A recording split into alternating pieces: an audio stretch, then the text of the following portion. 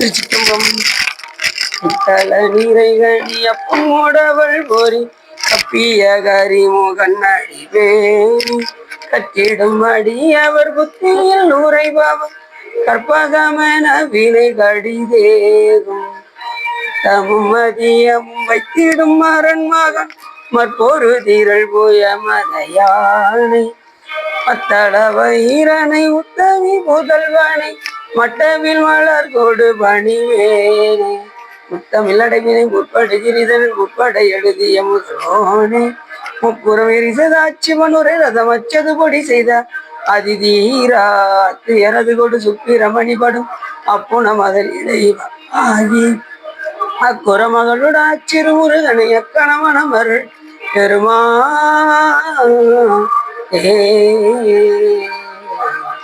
எந்தாய் எனக்கருள் தந்தையும் நீ சிந்தாகுலமானவை ஈத்தனையாள் கந்தா கதிவேலவனே உமையாள் மைந்தா குமரா மறைநாயகனே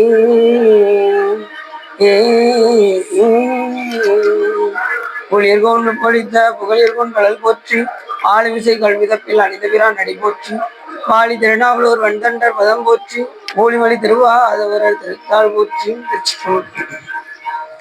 எல்லாம் வல்ல சிவகாமிபாளுடனாகிய வைத்தியநாசனுடைய பெரும் கருணையினாலே நாம் சிவதர்மோத்தரத்தில் கோபுரவியல் பகுதி 8 பற்றி சிந்திப்பதற்கு திருவருளும் குருவருளும் அடியார்களும் கொட்டினார்.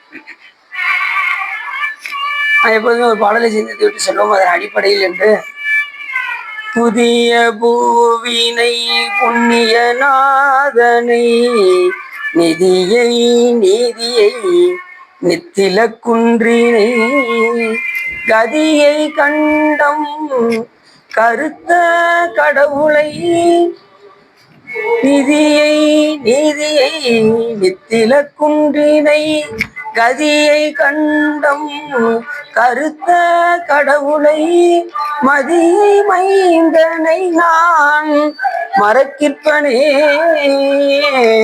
மதியை மைந்தனை நான் மறக்கிற்பனே என்று அற்புதமாக பாடுகின்றார் நமது அப்பர் சாமி. என்ன சொல்ல வருகின்றார் என்று சொன்னால் புதிய பூவினை புண்ணிய நாதனை. சாமி புதுமைக்கும் புதுமையானவர், பழமைக்கும் பழமையானவர். ஏற்கனவே மாணிக்கவாச பெருமான் உன்னை பழம்பொருளுக்கு முன்னை பழம்பொருளை பின்னை புதுமைக்கும் பேத்தும அப்பெற்றியனே. நீ எவ்வளவு பழமையான பொருள் எடுத்தாலும் அந்த பழமைக்கும் பழமையானவராகும். இனிமே என்னென்ன பொருள் வரப்போகுது அந்த புதுமைக்கும் புதுமையானவராக விளங்கக்கூடியவர் சிவபெருமான்.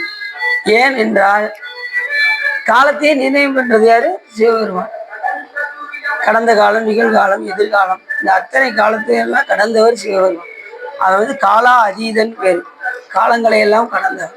சாமி நினைப்பதற்கு பிறகுதான் காலம்லாம் தோன்றுது. அதுக்கு முன்னாடியெல்லாம் காலம்லாம் கிடையாது. இந்த உயிர்களுக்கெல்லாம் உடம்பு கொடுத்ததுக்கு அப்புறம் தான் கால தத்துவத்தை கொண்டு வர்றாரு. 36 தத்துவங்களை ஒன்று கால தத்துவம். நாதம், விந்து, சாதாக்கியம், ஈஸ்வரம், சுத்த வித்தை. அதுக்கப்புறம் தான் காலம், நியதி, கலை, வித்தை, அராகம், புருடன், மாயை என்கின்ற தத்துவம்லாம் அதுக்கு பிறகுதான் வருகின்றது. அப்ப காலம் எல்லாம் கடந்தவர் சிவபெருமான். நாம காலத்துக்கெல்லாம் உட்பட்டவராக இருக்கின்றோம். அதுலேயும் பார்த்தீங்கன்னா நம்ம கடந்த காலத்தெல்லாம் உட்காந்து நினச்சிக்கிட்டு இருப்போம். நம்ம சின்ன பிள்ளையில எப்படியெல்லாம் இருந்தோம், இப்போ எப்படியெல்லாம் இருக்கோம், அதையே பார்த்து சிந்திச்சுக்கிட்டு இருக்கோம். அதை சிந்திச்சா நம்ம கரையேற முடியுமா? என்ன நீங்க சிந்திச்சு பார்க்கலாம் அப்படின்னா, அப்படிலாம் ஒரு காலத்துல நம்ம இருக்க வச்சு அதெல்லாம் கஷ்டப்பட்டு இப்ப நம்ம ஒரு நல்ல நிலையில நம்மளை வச்சிருக்காரு இறைவன். எத்தனையோ ஆபத்துக்கள்ல இருந்து நம்மளெல்லாம் காப்பாத்தி கொண்டு வந்திருக்காரு அப்படிங்கிறத நம்ம நினைச்சு பார்க்கலாம். இறைவனுடைய கருணையை நினைத்து பார்க்கணுமே தவிர மற்ற எதையும் எங்க சித்தப்பா எப்படியெல்லாம் எனக்கு சீராட்டி மாறாட்டி வளர்த்த, எங்க மாமா என்னை எப்படிலாம் வச்சுக்கிட்டாரு அப்படின்னு அதை சொல்றதை விட்டுட்டு இறைவன் நம்மளை எப்படியெல்லாம் வச்சிருந்தாருன்னு நம்ம யோசிச்சு பார்க்கணும். எல்லா பேருமே பார்த்தீங்கன்னா சுற்றத்தார்கள், நம் சொந்த பந்தங்கள், நமக்கு கொடுக்கப்பட்ட குழந்தைகள், நமக்கு வரப்பட்ட கணவனார், மனைவி, அத்தனை பேருமே வினை வயத்தினால் வரப்பட்டார்கள். அதை மட்டும் வாங்க வினையின் காரணமாக என்ன வினை செஞ்சிருக்குமோ அதுக்கு தகுந்தவாறு நமக்கு பிறப்பு, அதுக்கு தகுந்த மாதிரி கணவர், அதுக்கு தகுந்த மாதிரி பிள்ளைகள். சில வீட்டில் பிள்ளைகள் பார்த்தா சொன்னதை கேட்கவே மாட்டேங்குது. என்ன காரணம்? நீங்க முற்பொருளை கேட்கல, அதனால உங்களுக்கு பிள்ளையா வந்து அது கேட்க மாட்டேங்குது. அதுதான் உண்மை. யாரை பார்த்து பக்கத்துல கடைக்கு போச்சுன்னா கூட பிள்ளைய போகாது. ஏன்னா நம்மளும் அப்படி நமக்கு வரக்கூடிய துன்பமும் இன்பமும் எல்லாமே நாம செய்து வைக்கிறதுன்னு நினைக்கணும். இன்னைக்கு நம்ம பிள்ளை செய்யலையா, அப்ப அதை நம்ம செய்யலன்னு அர்த்தம். அப்படிதான் நம்ம நினைக்கணும். செஞ்சிருந்தா கண்டிப்பா என்ன செஞ்சிருப்பாங்க, நமக்கு சொன்னடி கேட்டிருப்பாங்க. சொன்னது உடனே கேட்டாங்கன்னா நாம செஞ்சிருப்போம்னு அர்த்தம். எல்லாமே இறைவனுக்கு தெரியாம எதுவுமே நடக்காது. அப்ப சாமி எப்படி விட்டாங்கன்னா, புதிய பூவினை, அது புதிய பூனா அன்றளந்த மலர்கள். சாமிக்கு வந்து இன்னைக்கு என்ன மலர்கள் மலருதோ அந்த மலர்கள் மட்டும்தான் பறிச்சு. நேற்று மலர்கள் நமக்கே தெரியும், பூவை பறிக்கும் போது அது லேசா இருக்கும், விழுந்துடும். சில பார்த்தீங்கன்னா அதையும் பூ பற்றாக்குறை, அதையும் சேர்ந்து பறிப்போம் அப்படின்ட்டு நேற்று பூவெல்லாம் எடுத்து பறித்து சாமிக்கு வைக்கக்கூடாது. அதை விட்டுறணும், அதை எடுத்து கீழே போட்டுறணும். பழைய பூ இப்படி தொடும்போதே கையில வந்துடும். புது பூன்னா அப்படியே சேர்ந்தே இருக்கும், நம்ம வளைச்சாதான் வரும், ஏன்னா வராது. அது பூ பறிக்கிறதுக்குலாம் ஒரு முறை இருக்கு, இப்படிதான் பறிக்க வேண்டும் இருக்கு. சில பார்த்தீங்கன்னா அந்த செடியோடு சேர்ந்தே என்ன செஞ்சிருவாங்க, பறிச்சிருவாங்க. அப்படி பறிக்க கூடாது, அது மென்மையாகத்தான் பறிக்கணும். அதுவும் பறிச்சு பறிச்சு பறிச்சு பறிச்சு நகம் தேய்ச்சி வரணும். அந்த அளவுக்கு சாமிக்கு பணி செய்யணும். சகமலால் அடிமை இல்லை, தாளலால் துணையும் இல்லை, நகமலாம் தேய கையால் நாள் மலர் தொழுது தோவி முகமலாம் கண்ணீர் மல்க உன் தொண்டர் பணிந்தேத்தும் அகமல்லால் கோயில் இல்லை ஐயன் ஐயரனாருக்கே என்று சொல்வதற்கினாங்க நம்ம நகந்தெய்கிற அளவுக்கு மலர்களை பறித்து சுவாமிக்கு சாப்பிடும். ஒரு மரத்து பூவை பறிக்க சொன்னாலே, ஒரு மரத்து பூ இவ்வளவு பூ இருக்கு, இதை பறிக்கவா அப்படின்னு சிலர் ரொம்ப சஞ்சலப்பட்டுக்கிட்டு மனம் வருத்தப்பட்டுக்கிட்டு பூ பறிக்கூடாது. இவ்வளவுதான் இருக்கா, இன்னும் நிறைய பூ எதிர்பார்த்தனே அப்படின்னு நினைக்கிறேன். நிறைய மலர்கள் பறிக்க வேண்டும் என்று விரும்பப்படும். அதுக்கு தகுந்த மாதிரி காலத்தை நாம எடுத்துக்கிடணும். எனக்கு நேரம் இல்லைங்கன்னு சொல்லக்கூடாது. அதுக்கு தகுந்த மாதிரி வெள்ளத்துல இருந்துச்சு அந்த மலர்களை எல்லாம் பறித்து, அதுலயும் குறிப்பா சிவபூஜை செய்கின்றவர்களுக்கு உதவி செஞ்சா ரொம்ப சிறப்பு. சிவபூஜை பண்றவங்களுக்கு மலர்களை பறித்து கொடுத்தால் ரொம்ப சிறப்பு. இந்த சட்டம் என்ன சொல்லுது அப்படின்னா, குற்றம் புரிந்தவனை காட்டணும், குற்றம் புரிந்தவனுக்கு துணை உருவனுக்கு அதிக தண்டனமாகும். அதே போல சிவபூஜை பண்றவங்களை காட்டிலும் சிவபூஜை பண்றவங்களுக்கு உதவி பண்றவங்களுக்கு புண்ணியம் ஜாஸ்தி. அதனால சிவபூஜை பண்றவங்களுக்கு நம்ம என்ன செய்யணும், முடிந்த அளவுக்கு மலர்களை எல்லாம் பறித்து அவர்களுக்கு கொடுக்கணும். ஒரு மாப்பிடி வாங்கி கொண்டு போய் ஐயா நாங்கள் அபிஷேகத்துக்கு வச்சுக்கோங்க, ஒரு மஞ்சப்பொடியை வாங்கி ஒரு அபிஷேகத்துக்கு வச்சுக்கோங்க, ஒரு தேன் பாட்டில் வாங்கி நாங்கள் அபிஷேகத்துக்கு வச்சுக்கோங்க. இந்த மாதிரி சிவபூஜை பண்றவங்களுக்கு உதவுனா அவ்வளவு பெரிய சிவபூஜை. அப்படி சாமி புதிய பூவினை புண்ணிய நாதனை, சாமி புண்ணியனாகவே திகழக்கூடிய புண்ணியம். அப்படின்னால என்ன புண்ணியம்னா சிவபுண்ணியம் தான் புண்ணியம். மற்றவை எல்லாம் இறைவனை மறந்து செய்யக்கூடிய புண்ணியங்கள் எல்லாம் பலன் தராது. இறைவனை நினைந்து செய்யக்கூடிய புண்ணியங்கள் தான் பலனை தரும். இறைவனை மறந்து செய்யக்கூடிய புண்ணியம் கூட பாவமாக மாறிவிடும். அவனை மறந்து செய்யக்கூடிய பாவம், அவனை நினைந்து செய்யக்கூடிய பாவம் கூட என்னதான் மாறிடும், புண்ணியமாக மாறிடும்.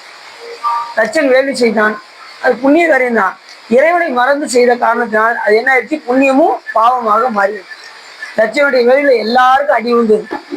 சூரியனுக்கு பற்கள் உடைந்தது, நாமக்கல் நாசி அறுபட்டது, எல்லாருக்கும் தண்டனை கிடைச்சது.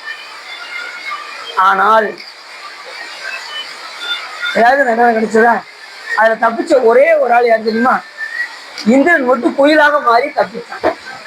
என்ன காரணம், அவன் விடாம சிவபூஜை செய்த காரணத்தினால் இந்திரன் மட்டும் அந்த தச்சனுடைய வேள்வியில் தப்பித்தாங்க. அப்ப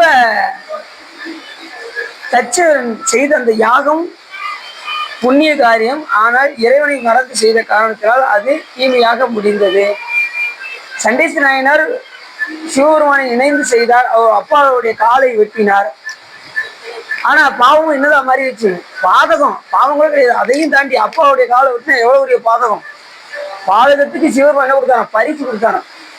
பாதகத்துக்கு பரிசு வைத்தானுக்கே பல்லாண்டு போகுது. தாதையை தாளர வீசிய இச்சண்டிக்கு இவ்வண்டத்தோடும் உடனே பூதலத்தோறும் வணங்க பொற்கோயிலும் போனகமும் அருளி ஜோதி மணிமுடி தாமமும் நவமும் தொண்டருக்கு நாயகமும் பாதகத்துக்கு பரிசு வைத்தானுக்கே பல்லாண்டு கொடுக்கும் என்று சொல்வதற்காக அந்த பாதகத்துக்கு சிவபெருமான் பரிசே கொடுத்தார். இறைவனை நினைந்து செய்தால் பாதகமும் புண்ணியமாக மாறியும், இறைவனை மறந்து செய்கின்ற புண்ணியமும் பாவமாக மாறியும். நரரில் பாலன் செய்த தீமையும் நன்மையாயிற்று என்று சிவஞான சித்தியார் என்கின்ற நூல் நமக்கு சொல்கின்றது. அப்படி புண்ணியனாகவே திகழக்கூடியவர் சிவபெருமான். சிவபெருமானை நினைந்து செய்யக்கூடிய எல்லாமே நமக்கு புண்ணியமாக மாறும். புண்ணியத்தின் பொற்புடைய புண்ணியத்தின் புண்ணியம் சிவபெருமான். சுந்தரம் சாமியிலே பரவனாச்சியாரை பார்க்க போகும்போது பரவனாச்சியாரை பார்த்தாங்க. பார்த்ததுமே கற்பகத்தின் பூங்கம்போ காமன் தன் பெருவாழ்வோ புண்ணியத்தின் புண்ணியமோ அப்படின்னு சொல்லிட்டு அற்புதத்தின் அற்புதமோ அப்படின்ட்டு இது சிவபெருமான் திருவருளோ அப்படின்னாரு. சிவன் அருளோ அப்படின்னாரு. அந்த அம்மா முன்னெதிரே தோன்றும் முருகனோ அப்படின்னாங்க. அந்த அம்மா அவரை பார்த்து அந்த அளவுக்கு புண்ணியமாக தேவைக்கூடியவர் சிவபெருமான். சிவபெருமான் நினைந்து செய்யக்கூடிய எல்லாமே நமக்கு புண்ணியத்தை தரும். அவரை மறந்து செய்யக்கூடிய புண்ணியமும் பாவமாக மாறிடும். பாவம் வந்து அது புண்ணியமாக மாறி சிவபெருமானை நினைந்து செய்தால் பாவமும் புண்ணியமாக மாறும். அப்ப நாங்க எதை செய்தாலும் எல்லாரும் நினைச்சு செய்யணும், சிவபெருமானை நினைந்து செய்யணும். புதிய பூவினை புண்ணிய நாதனை, புண்ணியத்துக்கு நாதன். நாதன்னா தலைவன் இருக்கும். அவன் ஒருவர் தான் தலைவன். மற்றவர்களெல்லாம் தலைவர் அப்படின்னு ஒரு பதவி இருக்கும். அதாவது பிரம்மாங்கிற ஒரு பதவி இருக்கும், விஷ்ணுங்கிற ஒரு பதவி இருக்கும், இந்திரனுங்கிற ஒரு பதவி இருக்கும். இந்த பதவிகளெல்லாம் போயிட்டு மறுபடியும் எங்க வந்துருவாங்க, மண்ணுலகத்துக்கு வந்துடுவாங்க. ஆனால் சிவபெருமான் அப்படி கிடையாது. அவர் எல்லாவற்றையும் அடங்கும். மற்ற தெய்வத்துக்கெல்லாம் மணி நுகரை சுட்டுவாங்க, கிரீட வைப்பாங்க. சிவபெருமான் மணி நுகரை. சிவபெருமானுக்கு என்ன வைப்பாங்க? சிவபெருமான் ஜடாமுடிக்கு சுட்டுவார். ஜடாமுடியை காட்ட முடியுமா? நிரந்தர கடவுள் யாரு? சிவபெருமான்.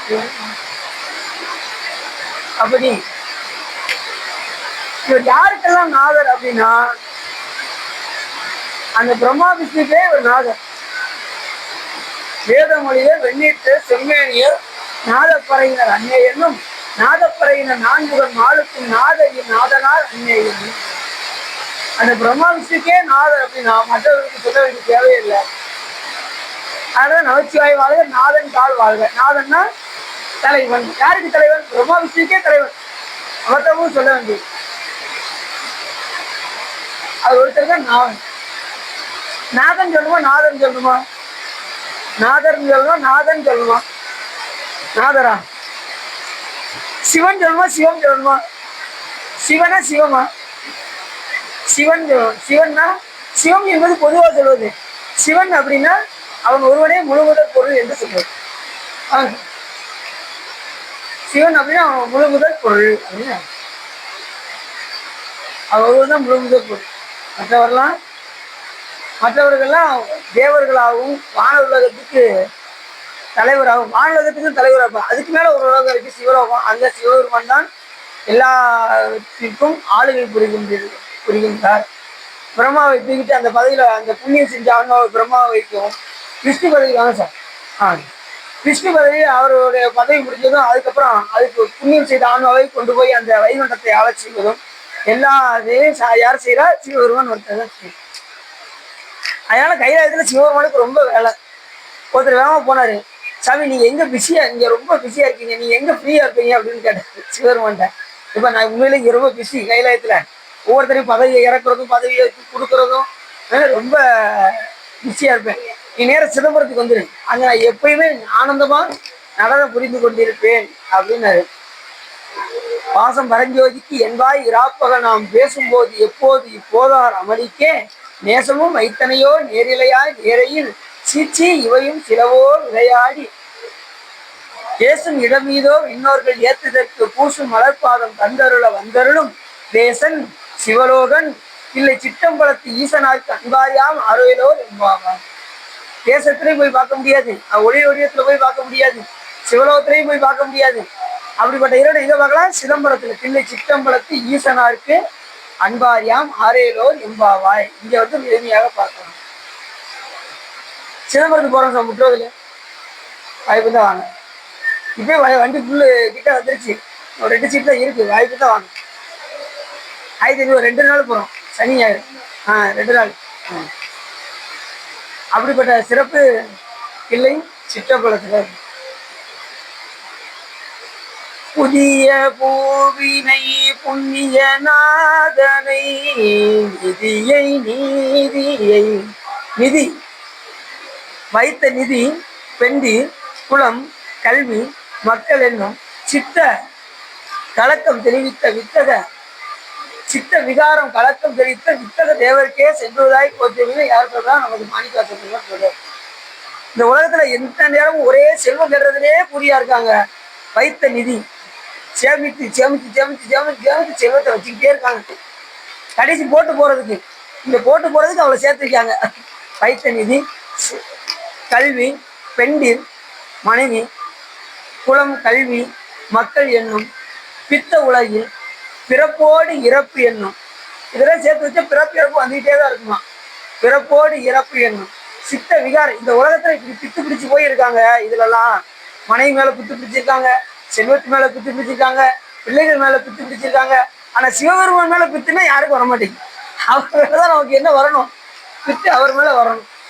அதை விட்டு நமக்கு எல்லாருக்கும் நமக்கு பித்து வருது. ஆனா சாமி நம்ம மேல பித்தா இருக்காரு. எப்படியாவது இந்த உயிரை கடை தரணும்னு பித்தனா இருக்காரு அவர்.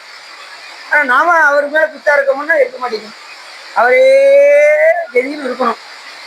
அது கொக்கு பார்த்துக்கிட்டே இருக்கும். அது நோக்கம் முழுவதும் வேற எதையும் சுற்றி பார்க்கவே பார்க்காது கொக்கு. மீனை எப்படா வரும், அது பெரிய மீனை தான் பிடிக்கும், சின்ன மீனை பிடிக்காது. கொக்கு பார்த்துட்டே இருக்கும். பெரிய மீன் அப்படி கொத்தி தூக்கும். அதே நம்ம ஒரே பொருள் பெருங்கடவுளாகி சிவபெருமானை மட்டுமே நோக்கிக்கிட்டே இருக்கணும். வேற எதையுமே பார்க்கக்கூடாது. பெரும் தெய்வம் யாரு? அற்புதத்தையும் இதனில் மட்டும் அன்போடு தன்னை ஐந்தெழுத்தின் சொற்பதத்தில் வைத்து உள்ளம் வல்லூரும். அந்த பெரும் தெய்வம் ஆகிய சிவபெருமானை அப்படியே பார்த்துக்கிட்டே இருக்கும். அதையே அடைய வேண்டும் என்ற விருப்போடே இருக்கும். அதுதான் அந்த கொக்கு எப்படி செய்யுது. அதான் இறைவேர் கொக்கொத்து இரவு பகல் ஏசட்டிருந்தே வேசட்டு. அதுதான் அப்படி சொல்ற. அந்த பெரும் தெய்வமாகிய சிவபெருமானை தவிர வேற எதையும் நான் என்ன செய்யக்கூடாது. சித்த விகார கலக்கம் தெரிவித்த வித்தக தேவருக்கே சென்றுவதாய் கொத்து. வைத்த நிதி, பெண்டீர், குலம், மக்கள், கல்வி என்னும் சித்த விகார பித்த உலகில் பிறப்போடு இறப்பு என்னும் சித்த விகார கலக்கம் தெரிவித்த வித்தக தேவருக்கே சென்றுவதாய். புதிய பூவினை புண்ணிய நாதனை நிதியை நீதியை நீ அறவே அவரை தாங்கியிருக்கு. நீதியே அவரை தாங்கி இருக்கின்ற காரணத்தினால் நீதியே அப்படின்னா சாமி எல்லா உயிர்களுக்கும் கரெக்டா இந்த உயிருக்கு இதுதான் அப்படின்னு கரெக்டா என்ன செய்வாரு? வினைக்கு தகுந்தவாறு வினை பயனை எடுத்து விட்டுவார். ஒருத்தருக்கு கூட்டியோ குறைச்சோ அப்படின்லாம் கொடுக்க மாட்டார். நீதிப்படி நடப்பார். சாமி நீதி நிலை தவறாவர். அதனாலதான் அவரை நீதியே அப்படின்னு அப்ப சாமி நிதியை நீதியை. அது நீதினா என்ன? நீதி நாம எதை நிதியா வைக்கணும்? சிவபெருமான் நினைப்பதை நிதியா வைக்கணும். அவரை நினைக்க நினைக்க அவருக்கு பணி செய்ய நமக்கு அக்கௌண்ட்ல சேமிப்பு ஆகிக்கிட்டே இருக்கும். இப்படி திருப்புகழ் பாடல் எழுதுறீங்களா? அங்க கோடிக்கணக்கு அங்க அக்கௌண்ட் கிரியேட் ஆகிட்டே இருக்கும். எங்க சிவபெருமான் கணக்குல. நீ எழுதுறீங்களா சார்? எல்லாருமே எழுதுங்க. நீங்க எழுதுறீங்களா? அடி இன்னைக்கு எழுதி நோட்டை வச்சுட்டேன். இன்னைக்கு சஷ்டியா இருக்குங்க. இன்னைக்கு சஷ்டி. ஏன் சார் முடிச்சிட்டீங்க? சரி, நீங்க கொண்டு வந்து வச்சிட்டீங்களா?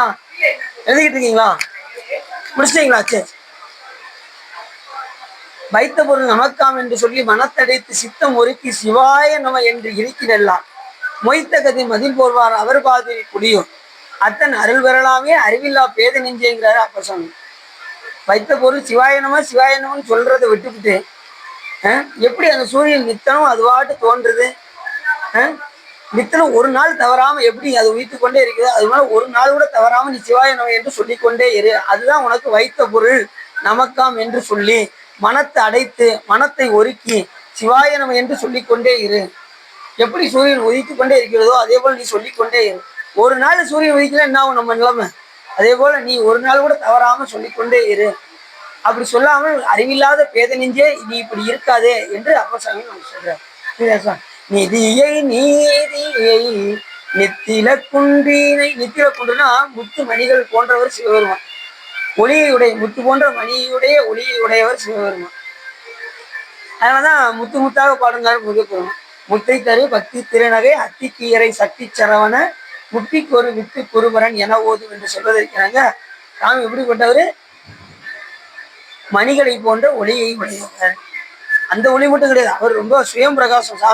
சாமி எல்லாமாவும் இருக்கிறார் அப்படின்னு சொல்றாரு. இப்ப முத்துவோ இல்ல மணிகளோ ரத்னங்களோ இருக்கு அப்படின்னா அது ஜடப்பொருள், அதுக்கு அறிவு கிடையாது. ஆனா அதுல இருந்து ஒளியை வீச செய்வது யாரு? சிவபெருமான் என்பது. அதனாலதான் நித்தில குன்றினை அப்படிங்கிற தில குன்றினை. அடுத்து சொல்றாரு புதிய பூவினை புண்ணிய நாதனை நிதியை நீதியை நித்தில குன்றினை கதியை கண்டம் கருத்த கடவுளை. கதினா நம்ம வீடு பேரை தரக்கூடிய பெருமானாகவும், கதியை கண்டம் கருத்த கடவுளை. நமக்காக விஷத்தை அறிந்திய பெருமான் சிவபெருமான். நமக்காக எவ்வளவு கருணை செய்யறாரு சிவபெருமான். அது அதனால கண்டமே என்ன ஆயிடுச்சு, கரு கரு கரு கருன்னு இருக்கு. அதனால கருத்த கண்டனை அப்படின்னாரு. கருத்த கண்டம் தான், ஆனா அந்த இடத்துல மட்டும் எப்படி இருக்குமா, நீல கலரா இருக்கும். இப்பெல்லாம் பிளாஸ்டிக் சர்ஜரி அதெல்லாம் வந்துருச்சு. சாமி அதை மறைக்கிறதுக்கு ரொம்ப நேரம் ஆகாது. அந்த தேவரெல்லாம் கேட்டுக்கொண்டதுக்காக சாமி என்ன பண்றாரு, அதை மறைக்காம அப்படியே வைத்துள்ளார். கதியை கண்டம் கருத்த கடவுளை மதியை மைந்தனை நான் மறக்கிற்பனே. மதினா ஞானம்னு அர்த்தம். ஞான வடிவமாக விளங்கக்கூடியவர் சிவபெருமான். ஞானமே வடிவாகிய இறைவன் தான் மதி. உண்மையான மதியன் யாருன்னா சிவபெருமான். அதனால மதியை சொல்லியிருக்காரு. மதியை மைந்தன். மைந்தன்னா வல்லமை உடையவன் அர்த்தம். மைந்தனுக்கு என்ன பேரு, வல்லமை உடையவன். எனக்கு ஒரு ஆம்பளை குழந்தை வேணுங்க அப்படிங்கிறாங்கல்ல. ஏன், ஆண் குழந்தைன்னா கொஞ்சம் வல்லமையா இருப்பான். பெண்கள்னா எப்படி இருப்பாங்க, சோர்ந்து போயிருப்பாங்க. ஏதாவது ஒரு வேலை செய்யணும்னா பொம்பளை பிள்ளை செய்வாங்களா? ஆம்பளை பிள்ளை துருதுருன்னு வேகமா போவோம், 5 நிமிஷத்துல பொருளை வாங்கிட்டு ஓடி வந்துடுவான். பொம்பளை பிள்ளைக்கு நிதானமா மெதுவா போய் ஒரு பொருளை வாங்கிட்டு வந்து. ஆமா, இப்ப பொம்பளை பிள்ளை தான் அதிகம் வேகமா போறாங்கன்னு சொல்றாங்க. இருக்கலாம். இப்ப என்ன பெண்கள்லாம் டிரைவிங் ஓட்டுறாங்க, பைக் ஓட்டிட்டு போறாங்க. அன்னைக்கு போறேன், எதுக்கு ஒரு பொண்ணு பயங்கர ஸ்பீட்ல போறாங்க. நான் ஆம்பளையார் மொத்தம் லேடிஸ் அவ்வளவுதான் போறாங்க. அதுக்கப்புறம் இன்னொரு நாள் பார்த்தீங்கன்னா நம்மளை கடந்து இன்னொரு பெண் லேடி வண்டி ஓட்டிட்டு போறாங்க. தீயணைக்கும் படை இதை ஓட்டிட்டு போறாங்க. ஒரு பொண்ணு ஃப்ளைட் ஓட்டுறாங்க. இது எல்லா ஏன் சார் லாரி ஓட்டுறாங்க. இது எல்லாமே ஓட்ட பழகிட்டாங்க. எல்லா தெய்வமும், எந்த தெய்வமாவது சரிபாகுதி பெண்ணை கொடுத்துருக்காங்களா? திருமால் கூட மார்பகத்துல தான் வச்சிருந்தாரு. சிவபெருமான் என்ன செஞ்சாரு, ஆளாலும் கொஞ்சம் கொஞ்சம் இடம் கொடுக்கீங்க, நான் பாதியே கொடுத்துட்றேன்ப்பா அப்படின்ட்டு சிவபெருமான் என்ன பண்ணிட்டாரு, பாதி அம்பாளுக்கு கொடுத்துட்டாரு. அதனால சாமி உமையொரு ஆகனாக வழங்கக்கூடிய. அது மட்டும் இல்லாமல் பெண்களுக்கு சிவபெருமான் நிறைய மதிப்பு கொடுத்துட்டே தான் இருக்காரு. சீர்காழியிலாம் போனோம்னா அங்கே பெண்கள் தான் அதிகமாக போகிறாங்களாம். ஆண்கள்லாம் ஒரு மற்றும் பலர் லிஸ்ட்டில் தான் இருக்காங்களாம். பெண்கள் தான் தானுதல் செய்திரை காணிய மாலோடு கண்தாமரையானும் நீணுதல் செய்தொழிய நிமிர்ந்தான் எனது உள்ளம் கவர்கள்வன் வாழ்நுதல் செய் மகளிர் முதலாகிய வையத்தவர் ஏத்த. வாழ்நுதல் முதலாகிய வையத்தவர், அதாவது வாழ்நுதல் செய் மகளிர் முதலாகிய அப்படின்னாரு. மகளிர்னா பெண்கள் மட்டுமே அதிகமாக வழிபாடு செய்யக்கூடிய சீர்காழியம்பதியில் நாங்களாம் எப்படிப்பட்டவங்க, ஆண்கள்லாம் மற்றும் பலர். இந்த திரைப்படத்தெல்லாம் போனோம்னா முக்கியமான ஆள் பேரெல்லாம் போட்டுட்டு மற்றும் பலர் நடிச்சிருக்காங்க அப்படின்னு போட்டுருவாங்க. அது மாதிரி ஆண்கள்லாம் மற்றும் பலர் லிஸ்ட்ல தான் இருக்கும். பெண்களுக்கு அவ்வளவு முக்கியத்துவம் சாமி கொடுக்குற. அப்படி மதியை மைந்தனை நான் மறக்கிற்பனே. அப்படிப்பட்ட பெருமாளை நான் மறப்பேனா? இந்த உயிர்களுக்காக நஞ்சையே உண்டு அந்த பெருமாளை நான் மறக்கிப்பேனா? நான் மறக்க நினைச்சாலும் சிவபெருமான் என்னை மறக்க விட்டுருவாரா அப்படின்னாரு. அப்படி அருமையா சொல்றாரு. இப்ப நீங்க அடியார் ஆயிட்டீங்கன்னு வச்சுக்கோங்களேன், நீங்க நினைச்சா கூட இனிமேல் மறக்க முடியாது சிவபெருமான். அவர் நினைச்சாலும் எதுவுமே அடியார வந்துட்டோம்னாலே நம்மள ஒன்றி ஒரு கால் மறந்தாலும் நினைய ஒட்டாய் அப்படிம்பாரு திரு விசைப்பாளர்.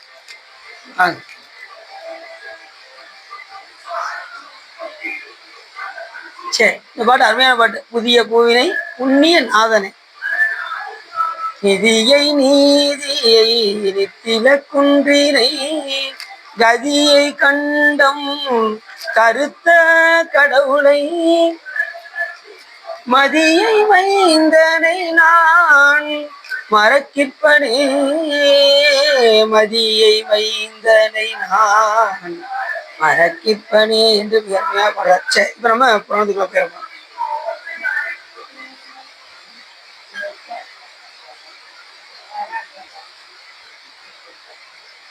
சென்ற முறை எத்தனையோ கண்டங்கள் எல்லாம் பார்த்தோம். நவகண்டத்தினுடைய அந்த பெயர் காரணம் எப்படி வருகின்றது என்று இப்ப சொல்றாரு ஒவ்வொரு உலகமும் ஒவ்வொரு உலகம்லாம் எப்படி இருக்கு, அங்க எங்க என்னென்ன கண்டங்கள் இருக்கு, என்னென்ன தீவுகள் எல்லாம் இருக்கின்றது என்று முருகப்பெருமான் யாரு சொல்றா, அகத்திய மாமுனிவருக்கு சொல்கின்றார். நாவலந்தீவில் மனுகுலத்தில் வந்த அரசர் அக்னி நேத்திரன், அவனுக்கு பரதன். இந்த அக்னி நேத்திரன் என்ற ஒரு அரசருக்கு நாலாந்தீவில் அவன் மனுகுலத்தில் பிறந்தவன். அவனுக்கு எத்தனை பேரா, அவனுக்கு பரதன், கிம்புருடன், அரி, இலாவிரதன், பத்திராசு, கேதுமாடி, இரவியன், இரணியன், குரு என வீரப்பாட்டையுடைய புத்திரர் 9 பேர் இருக்காங்க. இக்கண்டங்களை ஒவ்வொருவராக 9 பேரும் ஒவ்வொரு கண்டத்தையும் அவருடைய புத்திரராக இருக்கக்கூடியவர்கள் ஆள்கின்றார்கள். பரதன் என்னும் அரசன் இக்கண்டத்தை உரிமையாக கொண்டு ஆண்டமையால் இது பரத கண்டம் என்று அழைக்கப்பட்டது. இந்த அரசன் ஆண்டதுனாலதான் இது பரத கண்டம் என்று அழைக்கப்பட்டது. அதுக்கு முன்னாடி நம்ம சொல்றோம் பாரத கண்டம் என்றும், உடனே பாரத மாதா அதை வச்சு நம்ம சொல்றோம். ஆனா உண்மையிலே இந்த பரதன் என்கின்ற அரசன் ஆண்டமையினால்தான் இதுக்கு பரத கண்டம் என்றே நமக்கு பேராகிறது. பாண்டியன் சோழன் ஆண்ட தேசத்தை பாண்டிய மண்டல சோழ மண்டலம் என்றார் போல் சுயாம்பு என்னும் மனுவின் புதல்வன் பிரியாவிரதன். முதல்ல அந்த அரசனை பார்த்தோமா. ரெண்டாவது சுவாயம்பு என்னும் மனுவின் புதல்வன் பிரியாவிரதன். அவனுக்கு புத்திரர்கள் 11 பேர். அப்பிரியாவிரதன் புத்திரர்கள் 11 பேர்ல மேதா, அக்னிவாகு என்னும் மூவரும் வைராக்கியத்தாலே சந்நியாசமாய் இருந்தார்கள். அதுல 3 பேர் மட்டும் ரொம்ப சந்நியாசம் பண்ணாங்க. மற்ற அக்னி நேத்திரர் முதலிய 7 பேரும் சம்புத்தீவு முதலிய 7 தீவையும் ஒவ்வொருவராக பிரித்து ஆண்டார்கள். இந்த பாருங்க, அவங்க அந்த கண்டத்தை ஆள்வோருக்கு கூட சந்நியாசம் போக வேண்டும் என்கின்ற விருப்பம் இருப்பாருங்க.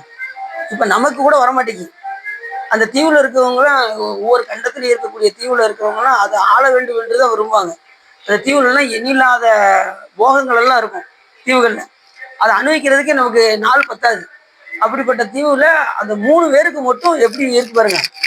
அவங்க சாமியை நினைந்து சன்னியாசம் போடுகின்றார்கள் என்றால் எப்படி. ஏற்கனவே நம்ம அந்த விண்ணுலகத்துல 64 பெண்கள் மட்டும் போக உலகத்தில் இயக்கிமாறர்கள் மட்டும், அந்த 64 பெண்கள் மட்டும் சிவபெருமானை நினைந்து கொண்டே இருந்த காரணத்தினால் அந்த 64 பெண்களுக்கு மட்டும் சிவபெருமான் மோட்சத்தை தந்தருளினார்.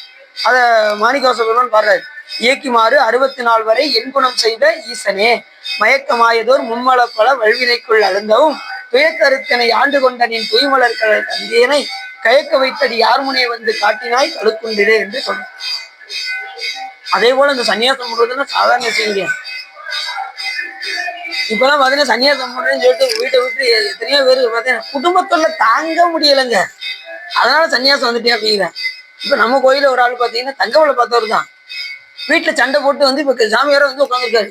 உண்மையில சாமி திருவிழா டெய்லி ஒரு அடியாருக்கு நம்ம சாப்பாடு கொடுப்போமா, பார்த்தா நம்ம தெரிஞ்சாலும் உட்காந்துருக்காரு. என்ன சார் அப்படின்னு, கொஞ்சம் வாங்க தனியா பேசணும் அப்படின்னு அடியா கூட்டு பேசும்போது சொல்றாரு, வீட்டுல சண்டை தாங்க முடியல, பார்த்தேன் இடுப்புல கெட்டிட்டு வெளியே வந்துட்டேன் அப்படின்னு. அது உண்மையான சன்னியாசம் கிடையாது. இறைவனை உணர்ந்து வருவதுதான் சன்னியாசம். குடும்ப சண்டையினால நான் சாமியார போறேன்னு வர்றதுன்னா, அதாவது ரெண்டாவது பசிக்கு பார்த்தீங்கன்னா, பசி எடுத்தாலும் பரவாயில்ல, நம்ம சாப்பாடு வாங்கி கொடுத்தேன்னா எனக்கு கொஞ்சம் சீரட் வாங்கி கொடுங்க அப்படிங்க. இன்னும் அதை விடல. சன்னியாசத்துல என்ன சன்னியாசம் போட்டுருக்காங்க பாருங்க, இன்னும் அதை விட மாட்டேங்குது. ஏற்கனவே அந்த மாதிரிலாம் இருந்ததுனால தானே குடும்பத்துல சண்டைலாம் வருது. அதை முடிச்சுட்டு தான் எல்லாம் வெளியில வந்திருக்காங்க. மறுபடியும் இனிமேலாவது திருந்தி இருந்து கிடைக்கிறத சாப்பிட்டுக்கிட்டு இறைவனை நினைந்து, அவங்க சில பேருக்கு அதெல்லாம் தெரியாது. இந்த சைவ சித்தாந்தம் படிக்காம யாருமே தெளிவு பெறவே முடியாது. சைவ சித்தாந்த மாதிரி ஒரு நூல் உலகத்திலே எங்கேயுமே பார்க்க முடியாது. புறச்சமை நின்றும் அகச்சமயம் புக்கும் புகழ் மிருதி வழி உழன்றும் ஆத்திரம் அறத்துறைகளவை அடைந்தும் அருங்கலைகள் பல கற்றும் அருந்தவங்கள் பல புரிந்தும் ஆரணங்கள் படித்தும் சிறப்புடைய புராணங்களை உணர்ந்தும் வேத சிறப்புகளை மிகவும் தெளிந்து சென்றால்தான் ஒருவர் சைவத்திறத்தை அடைவர். இது சரியாகிரியா யோகம் பெற்று ஞானத்தினால் சிவனடியை சேரும். எது சொல்லுது? சிவஞான சித்தியார் என்கின்ற நூல் நமக்கு சொல்லு. ஏற்கனவே கடவுள் இல்லைங்கிற ஒரு சமயத்துல இருந்து அப்புறம் ஓரளவுக்கு ஒத்துக்கிட்டு இருக்காருன்னு ஒத்துக்கிட்டு வந்து அப்புறம் தத்தம் அறுவகை சமயத்துல நின்று புறச்சமயம் என்றும் அகச்சமயமுக்கும் புகழ் மிருதி வழிகள் என்றும் ஆச்சரமாக அறத்துறைகளை அடைந்தும் அருங்கலைகள் பல கற்றும் அரும் தவங்கள் பல புரிந்தும் ஆரணங்கள் படித்தும் வேதத்தெல்லாம் போய் தெளிவு பெற படிச்சு செஞ்சு புராணங்களை படிச்சு அதுல தெளிவு பெற்று இது உண்மை இல்லை அது உண்மை இல்லை இவர் கடவுளா அவர் கடவுளான்னு திரிஞ்சு நாடும் நகரமும் நடத்திரு கோயிலும் தேடி திரிந்து கடைசி எங்க வரணும் சிவபெருமான் என்று இங்கதான் வரணும். நீ எங்க போய் சுத்தினாலும் எங்க முடிவு எங்க வரணும் சிவபெருமான் கிட்ட தான் வரணும். முடிவு வந்து சிவபெருமான் தான். இவ்வளவு மலையிலையும் அடைமலையிலையும்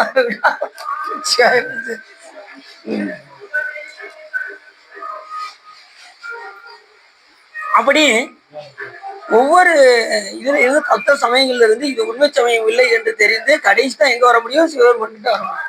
இல்லைன்னா வர முடியாது, எல்லாராலையும் வர முடியும்.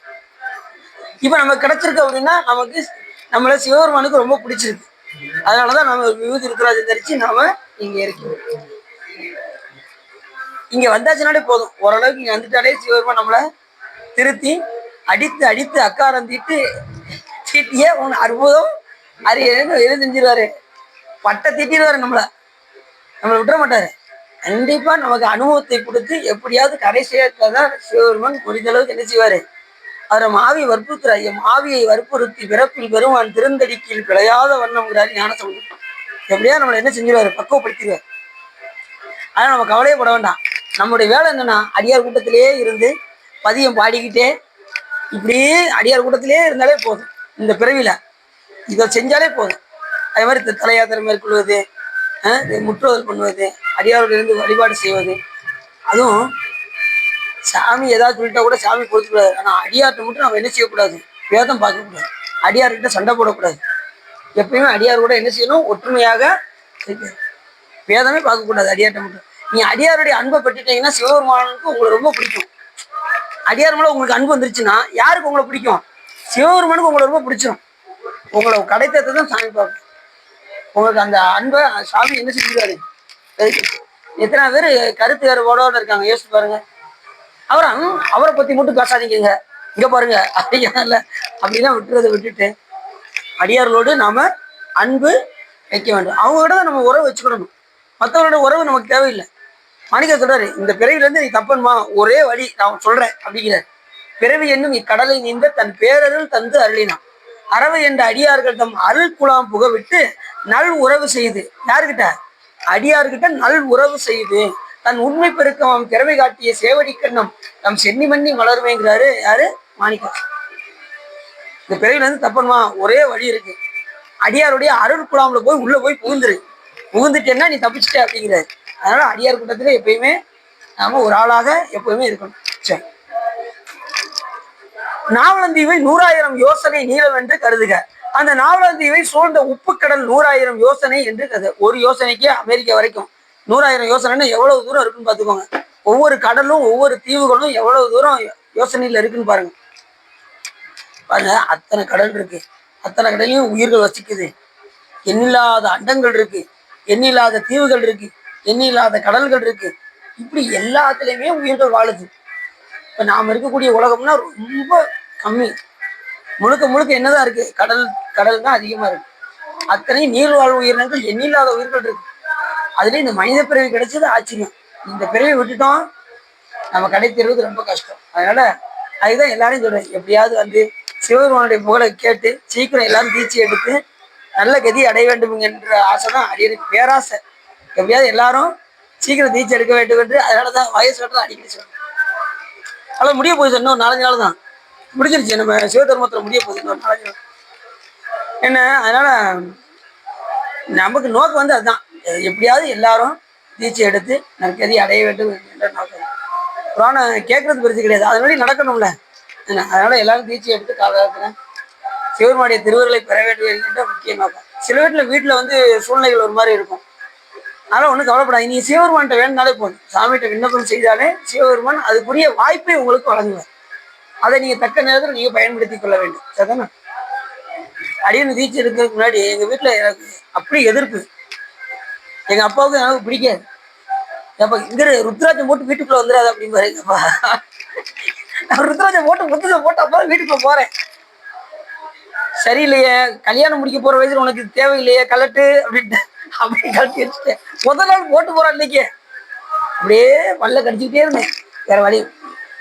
அதுக்காக வீட்டுல ஏதாவது சத்தம் போடுவாங்கன்ட்டு இன்னைக்கு வந்து வேலை ரொம்ப இருக்கு அப்படின்னு சொல்லிட்டு உலக படிக்க போயிருவேன். பொய்மையும் வாய்மையிடத்த குறைதிருந்த நன்மையும் பயக்குமைன்னு அந்த குரலை படிச்சதுல இருந்து சரி இப்ப இந்த மாதிரி கூட போய் சொல்லிக்கலாம். சிவ நல்வினைக்காக என்ன செஞ்சிடலாம், மற்றதுக்கு போய் சொல்லக்கூடாது, குற்றமாயிரும். வேலை இருக்குன்னு சொல்லிட்டு நம்ம உலக படிக்க தான் போறோம். அது ஒரு வேலை தானே. வேலைக்கு எனக்கு வேலை இருக்கு அப்படின்ட்டு உலக படிக்க போயிருக்கு. ரொம்ப கஷ்டமா. அதுக்கப்புறம் எங்க அப்பா இறந்ததுக்கு அப்புறம் அப்படியே முழு மனதா அப்படியே தீட்சை, உடனே தீட்சை கிடைச்சிருச்சு. அது கல்யாணம் முடிச்சு மறுமாசம் தீட்சைக்கு வந்துச்சு.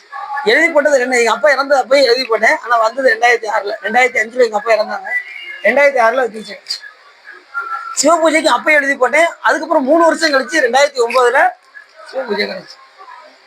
அடுத்தடுத்து நம்ம ஆர்வத்தை பார்ப்பாரு சாமி. எந்த அளவுக்கு நம்ம ஆர்வம் இருக்குமோ அந்த ஆர்வத்துக்கு தகுந்த மாதிரி அருள் வரும். இது அவங்களுக்கு அவர் இதுல பெண்டிங்கே ஆகாது. நாம ஏதோ ஒரு சில வினைப்பின் காரணமாக கொஞ்சம் லேட் ஆகும், அவ்வளவுதான். ஆனா சாமி கண்டிப்பா கொடுத்துருவார். அவர் இதுல எப்பயுமே பாக்கியே ஏதோ சில வினைப்பின் காரணமாக கொஞ்சம் தள்ளி போடுவார், அவ்வளவு. சரி, அப்படி ஒவ்வொன்றும் அவ்வளவு யோசனை தூரம். உப்பு சத்திரம் சமுத்திரம் அப்படின்னா உப்பு சத்திரம் உப்பு கடல்னு அர்த்தம். உப்பு கடல், உப்பு கடல் இருக்கு, தேன் கடல் இருக்கு, பார்க்கடல் இருக்கு. பார்க்கடல்ல தான் யார் இருப்பா, திருமால் இருப்பார். இப்ப அடுத்து சொல்ல போறேன். 2000 யோசனை தூரமா முற்காலத்தில் பருவதங்கள் எல்லாம் சிறகுடனே கூட பறந்து, அந்த பருவதங்கள்னா மலைகள் பூரா, அதுக்கு பூரா சிறகுகள் முளைத்ததான் பறந்து ஒரு தேசத்தில் போயிருக்கின்ற பொழுது அதில் இருக்கின்ற பிராணிகளுக்கு மிகவும் பீடை வருகையால் தேவர்கள் எல்லாம் துகித்து இந்திரனிடம் போய் முறையிட, அந்த பருவதங்களுக்குலாம் சிறகு முறைத்து தேவ லோகத்தெல்லாம் போய் ஒரு வழி பண்ணிருச்சான். அதனால இந்திரன்ட்ட போய் இவர்கள் எல்லாம் போய் தேவர்கள் எல்லாம் போய் முறையிட, உடனே இந்திரன் என்ன பண்ணானா அப்பருவதங்களின் சிறகை சேதப்படுத்தினான். அப்படி சேதப்படுத்தியதனால் அத்தனையும் துண்டு துண்டா ஒரு குட்டி குட்டி மலைகளாக உருவாக்கியது.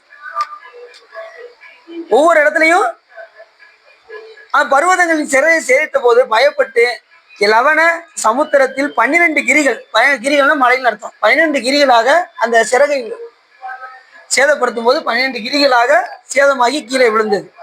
அந்த கிழக்கு சமுத்திரத்தில் இடவகிரி, துந்துபிகிரி, தூமரகிரி என்னும் 3ம், தெற்கு சமுத்திரத்தில் சக்கரகிரி, மைனாககிரி, வளாககிரி என்ற 3ம், மேலை சமுத்திரத்தில் சோககிரி, வராககிரி, நந்தனகிரி என்றும், வடக்கு சமுத்திரத்தில் கங்ககிரி, சந்திரகிரி, துரோணகிரி என்ற 3ம். இப்படி ஒவ்வொன்றும் 12 பகுதியாக சேதமாகி என்னதான் கீழே விழுந்ததான்.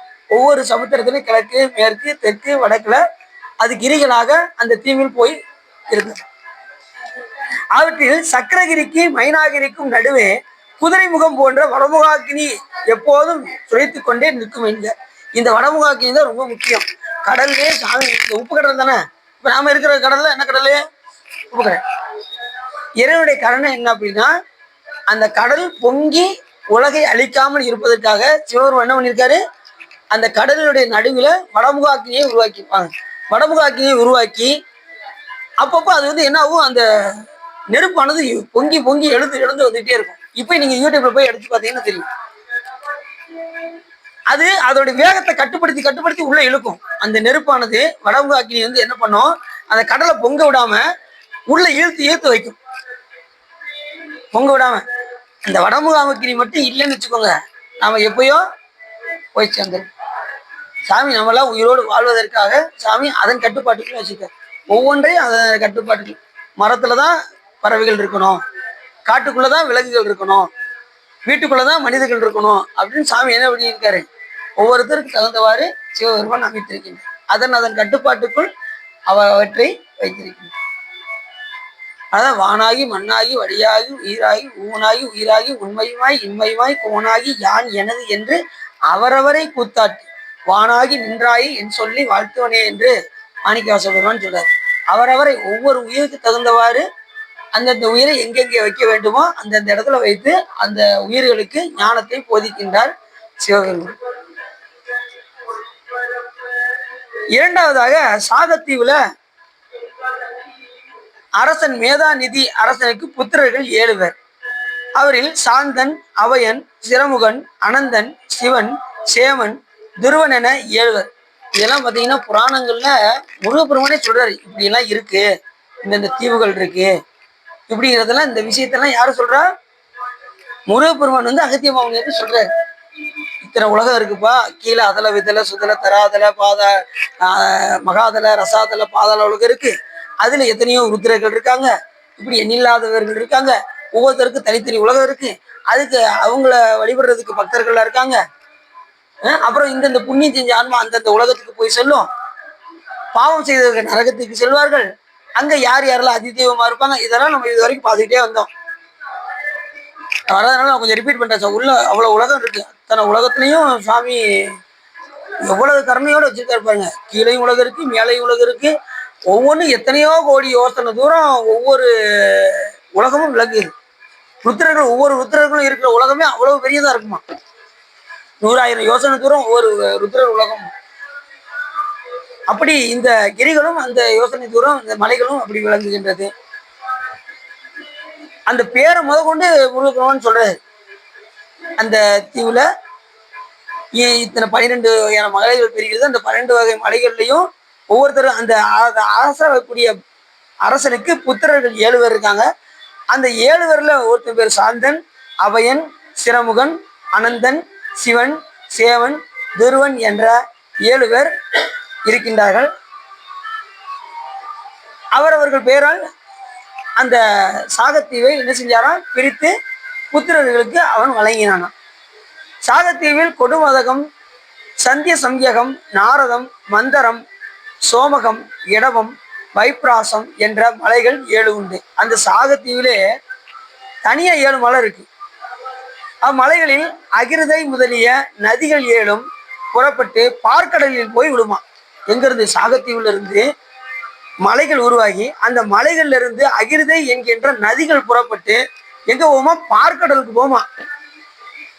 இதெல்லாம் விண்ணுலகத்துல நடக்கு. கீழ் உலகத்தை பார்த்துட்டோம். மேல் உலகத்துல என்னென்ன நடக்குங்கிறத சுவாமி சொல்ற. அண்டங்கள் முழுவதும் என்ன நடக்கு, அதனாலதான் இதை கோபுரவியல்ல வச்சாரு. கோபுரம் எதை குறிக்கும்? அண்டத்துல இருக்கக்கூடிய சிவபெருமானை குறிக்கும். அதைத்தான் இப்ப அண்டங்கள் முழுவதும் சொல்றாரு. நான் அடியே கூட நினைச்சேன், கோபுரவியல்னா கோபுரத்துல எப்படி வழிபாடு பண்ணணும் அப்படின்னு நினைச்சேன். ஆனா கோபுரம் அத்தனையும் அண்டங்கள் என்பதை நம்ம மறக்கிறது. அந்த பார்க்கடலில் போய் விழும் அத்தீவில் இருக்கின்றவர்களுக்கு புசிப்பு பால் அவர்கள் நிறம் சந்திர பிரபையாகும். அங்க வசிக்கின்றவங்க சந்திர பிரபையோடு இருப்பாங்க, வெள்ள வெளியேன்னு இருப்பாங்க. அங்கே சாகம் என்னும் மரம் நிற்கையால் சாகத்தீவு என பெயர் வரும். அது சாக மரம் இருக்கிறதுனால அதுக்கு சாகத்தீவு என்று பெயர் ஆகியது. அப்பார்க்கடலில் வடக்கே ஸ்வேதத்தீவில் நடுவே வைகுண்டம் இருக்கிறது. இப்ப வைகுண்டம் எங்க இருக்கு பாத்தீங்களா? இந்த தீவுக்கு நடுவுல தான் வைகுண்டமே இருக்கு. அப்ப எண்ணில்லாத உலகத்துல ஒரு இடம் வைகுண்டம்ங்கிறத மறந்துடக்கூடாது. அங்கதான் விஷ்ணு ஆளுகின்றார். அப்ப அது ஒரு பதவிங்கிறத நம்ம தெரிஞ்சுக்கிறோம். நாராயணன் என்பது அது ஒரு பதவி. நாராயணன் என்பது யாருடைய பேரு? யாரோட பெருசா? நாராயணன் யார் பேரு? சிவபெருமான் பெருசா? அதோட நீங்க திருப்பதியில போய் நாராயணான்னு சொன்னா கூட யாரைத்தான் குறிக்கும்? சிவபெருமானை தான் குறிக்கும். சிவன் சொல்லுவாங்க, நடப்பதுன்னா நாராயணன் செய்யுங்க அப்படிம்பாங்க. எல்லாம் சிவன் செயல். நடப்பது நாராயணன் செயல், அதுவும் சிவபெருமானுடைய திருப்பேர் தான், மறந்துடக்கூடாது. சில பேர் சர்வம் சக்தி மயம்பாங்க, ஆனா எல்லாம் சிவமயம். அப்படிதானே? எல்லாத்துலயும் சிவத்துக்குள்ளதான் அடங்கும். நாராயணன் சொன்னா கூட ராமன் ராமாய நம அப்படின்னு வருது. அஷ்டோத்திரத்துல 1007வது அஷ்டோத்திரத்துல ஓம் ராமாய நம அப்படின்னா சிவபெருமானுடைய பேரு ராமன் பேரு. ஆனா இறக்குற நேரத்துல ராமன் சொல்லுவாங்க பாத்தீங்களா, அது சிவபெருமானுடைய நாமம் தான், ராமன் பேர். இப்படி எண்ணில்லாத நாமங்கள். அது மாதிரி விஷ்ணு கேசோப்பிய நம்ம விஷ்ணுவுடைய கூந்தலாகிய திருமுடியை பூணலாக தெரிவித்திருப்பவரே உனக்கு நமஸ்காரம். இப்படி நிறைய நாமங்கள் இருக்கு. சிவபெருமானுடைய நாமங்கள் எண்ணில்லாத நாமங்கள் இருக்கு. ஒவ்வொரு நாமமும் ஒவ்வொரு வகையான செயலை அது சொல்லும். அப்படி நாராயணன் சொன்னா கூட யாரைத்தான் குறிக்கும்? சிவபெருமானைத்தான்.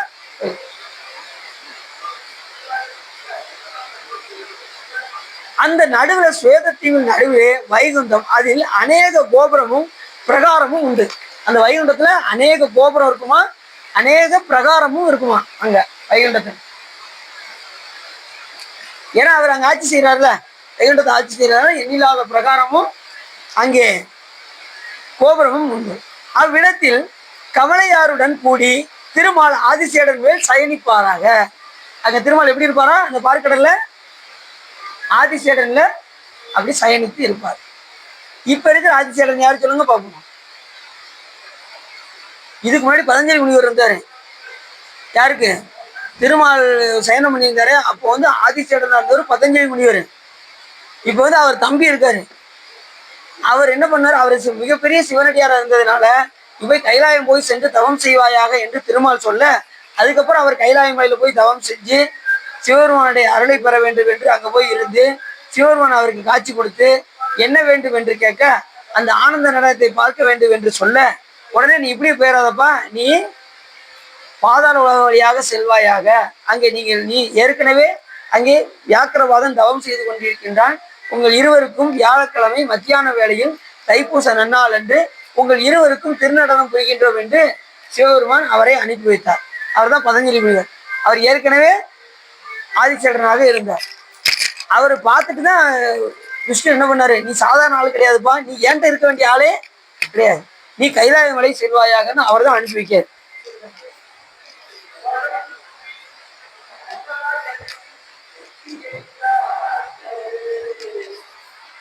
அப்ப எல்லாமே ஒரு பதவி என்பதை பிரம்மா, அது சத்தியலோகம். விஷ்ணு ஆளக்கூடிய இடத்துக்கு பேரு வைகுண்டம் என்று பேர். அதுல நம்ம கைலாயம் பாத்தீங்கன்னா ஸ்ரீ கைலாயம் இருக்கு, மேரு கைலாயம் இருக்கு. அதுக்கு மேல சுத்தமாயா ஒரு பறவெளி சாமி இருக்கிற இடம் வந்து பறவெளி. திருமால் ஆதிசேடன் மேல் சயனிப்பார் என்கிறார்.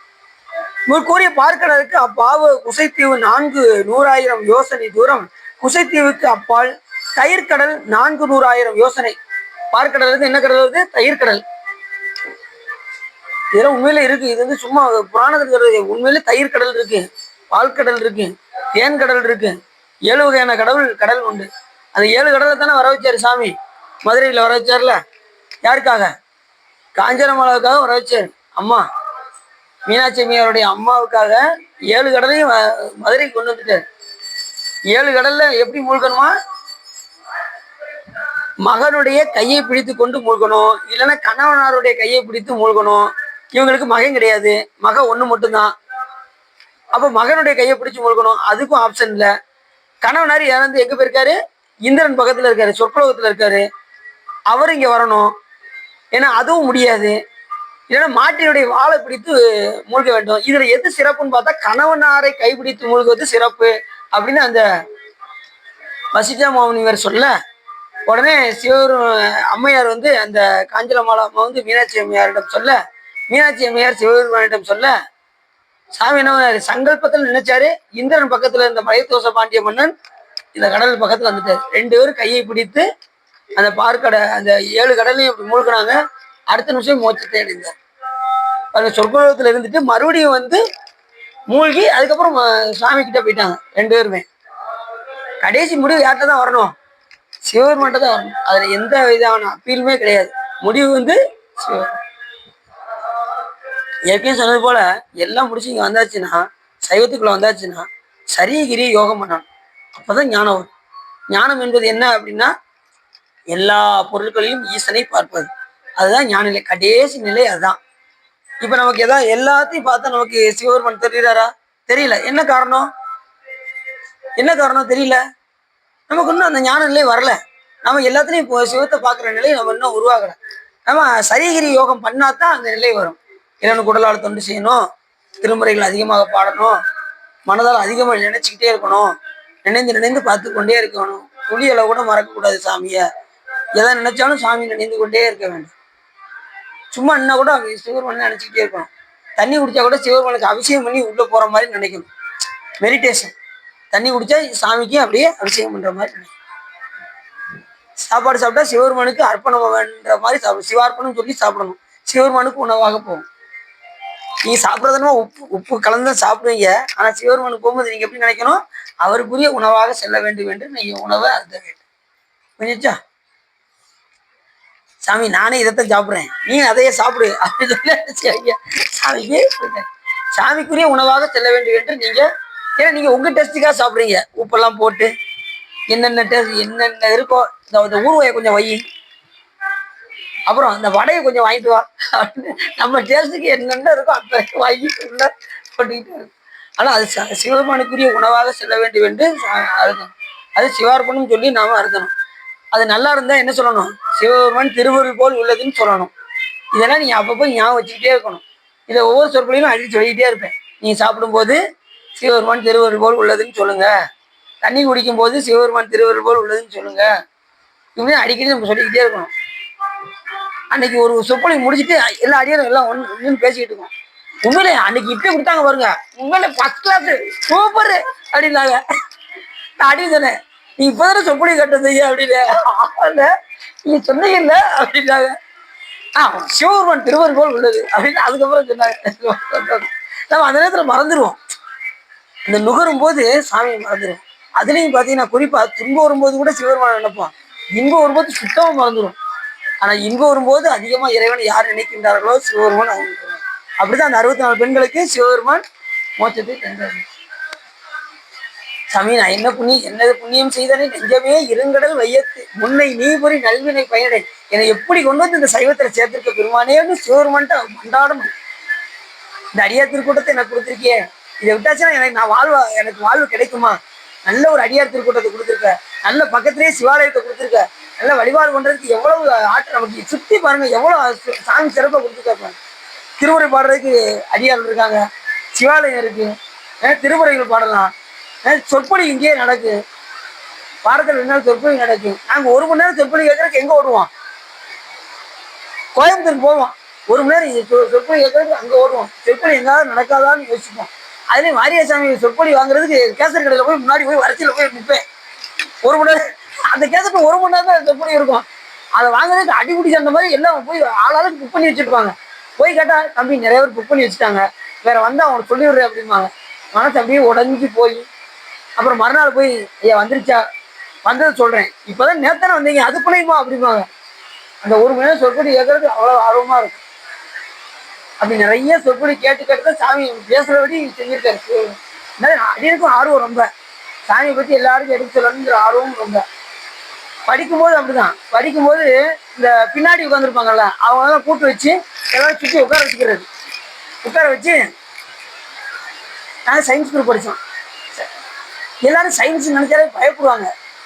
நீங்க கவலையே படாதீங்க, பாராகிராஃப் பெருசா இருக்குன்னு யோசிக்கேன். படத்தை பார்த்து அப்படி கதை எழுதணும்.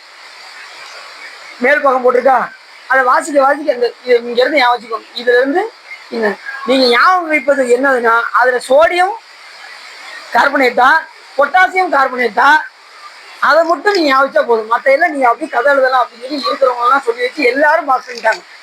பப்ளிக்ல எல்லாருமே சாமியுடைய கருணையினால, அடியனுடைய இது இல்லை, சாமியுடைய கருணையினால அப்படிலாம் அப்படி சொன்னதுனால சாமி இன்னைக்கு சொற்பொழி பேசுற அளவுக்கு சாமி வச்சிருக்காரு. நாம மட்டும் பாஸ் பண்ணணும்னு நினைக்கக்கூடாது, பிறரையும் பாஸ் பண்ண வைக்கணும்னு நினைக்கணும். அதே மாதிரி நம்ம குழந்தைகள் தான் குழந்தைகள் கிடையாது, பிறர் குழந்தையும் தன் குழந்தை போல் பார்த்தா நம்ம குழந்தை யார் பார்ப்பான்? சிவபெருமான் பார்ப்பான். பிறர் குழந்தையும் தன் குழந்தை போல், பிறவையும் தம்முயிர் போல் போற்றாக்கடை என்று சொல்வதற்காங்க நம்ம பிள்ளையா எல்லாவரையும். சரி, அப்படி பார்க்கடலுக்கு அப்பால் குசைத்தீவு, அதுல 100,000 யோசனை தூரம். அங்கே தயிர் கடலுக்கு அப்பால் கிரௌஞ்ச தீவு 800,000 யோசனை தூரம். அதுக்கு அப்பால் வந்து என்ன இருக்கா? நெய்க்கடல் இருக்கான். நெய்க்கடலும் 800,000 யோசனை தூரம் விரைவாகும். பொன்மயமான குசை நிற்கையில் அப்பெயர் ஆயிற்று. குசைத்தீவில் பொன்மயமான குசை நிற்கையால் அப்பெயர் ஆயிற்று. குசைத்தீவுக்கு அரசன் அரசனுக்கு புத்திரர்கள் 7 பேர். சேதன், லோகிதன், சீமுதன், அரிதன், விபுத்திதன், மானசன், சுக்கிரதன் என்ற 7 பேர். அவரவர் பெயரால் அவர்களுக்கு ஒரே தீவுகள் உண்டாகி, அந்த 7 தீவுகளிலும் 7 வகையான கிரிகள் உண்டு. குமுதகிரி, பூதகிரி, வராககிரி, துரோணகிரி, கங்கைகிரி, மைதகிரி, பூதவானகிரி. சரி, இந்த அடைமலையிலே பரவாயில்லையா? அதாவது அடைமொழியிலே எடுத்து கொண்டு வந்துட்டீங்க என்ன சார். சரி, இப்படி தயிர் கடலுக்கு அடுத்து என்ன கடல்? நெய்க்கடல். அது 7 வகையான கிரி. அது குமுதகிரி, ஊதகிரி, வராககிரி, துரோணகிரி, கங்கைகிரி, மயிடகிரி, பூதவானகிரி. அதுல அது மாதிரி அந்த கிரி, இந்த வராககிரியில தான் இந்த வராக அம்மன் இருக்காங்க பார்த்தீங்களா, அவங்களாம் அந்த இதில் தான் இருப்பாங்க. அந்த தீவில் தான் அவங்களுடைய ஆட்சி அங்கே தான் நடக்கும். சப்த கன்னிகள்னு சொல்லியிருக்காங்க பார்த்தீங்களா, அவங்களாம் சப்த கன்னிகளுக்கும் சப்த கிரிகள் உண்டு, சப்த தீவுகள் உண்டு. அவங்க அங்கே அரசாட்சி போயிருக்காங்க. அவங்களுக்கு அவங்களுக்கெல்லாம் கணவனார் உண்டு. இவங்க அந்த சப்த கன்னிகளும் பார்த்தீங்கன்னா ஒவ்வொருத்தருக்கும் ஒரு சக்திகள் உண்டு. தன்னிச்சையாக சக்தி எப்பயுமே செயல்படாது. சிவம் இல்லாம எந்த ஒரு சக்தியும் இயங்காது. புரியுது அவங்களுக்கு? அப்படி அந்த வராககிரியில தான் வராகி அம்மன்லாம் உண்டு. இப்ப அது ரொம்ப ஃபேமஸ் ஆயிடுச்சு. அந்த அம்மா வழிபாடு ரொம்ப எல்லா இடத்துலயுமே சிறந்த வழிபாடு. ஆனா எதுதான் வழிபாடு அப்படின்னா எதைத்தான் எடுக்கணும்? சிவ வழிபாடு தான் வழிபாடு. பூசைன்னா எதுதான் பூசை? சிவ பூசை தான் பூசை, மற்றதெல்லாம் பூசையாக. தயிர்கடல் அந்த 7 வகையான கிரிகளும் அக்கிரிகளில் இருந்து ஸ்வேத தோய நதி முதலிய 7 நதிகளிலும் புறப்பட்டு அது தயிர்கடலில் போய் விடும். அதில் இருப்பவர்களுக்கு புசிப்பு தயிர். அங்க இருக்கிறவங்க தயிர் தான் சாப்பிடுவாங்க, வேற எதுவும் சாப்பிட மாட்டாங்க. அதுவல்லாமல் பழங்கள், அமிர்தம், அதாவது அமிர்தம் ஈவத்து அவங்க அமிர்தத்தை தான் புசித்திருப்பார்கள். யாரு? அந்த கிரியில் வசிப்பவர்கள் தயிரையும் அமிர்தத்தையும் அவர்கள் புசிப்பார்கள். அக்கிரௌந்த தீவுக்கு அரசன் சோதிமான்.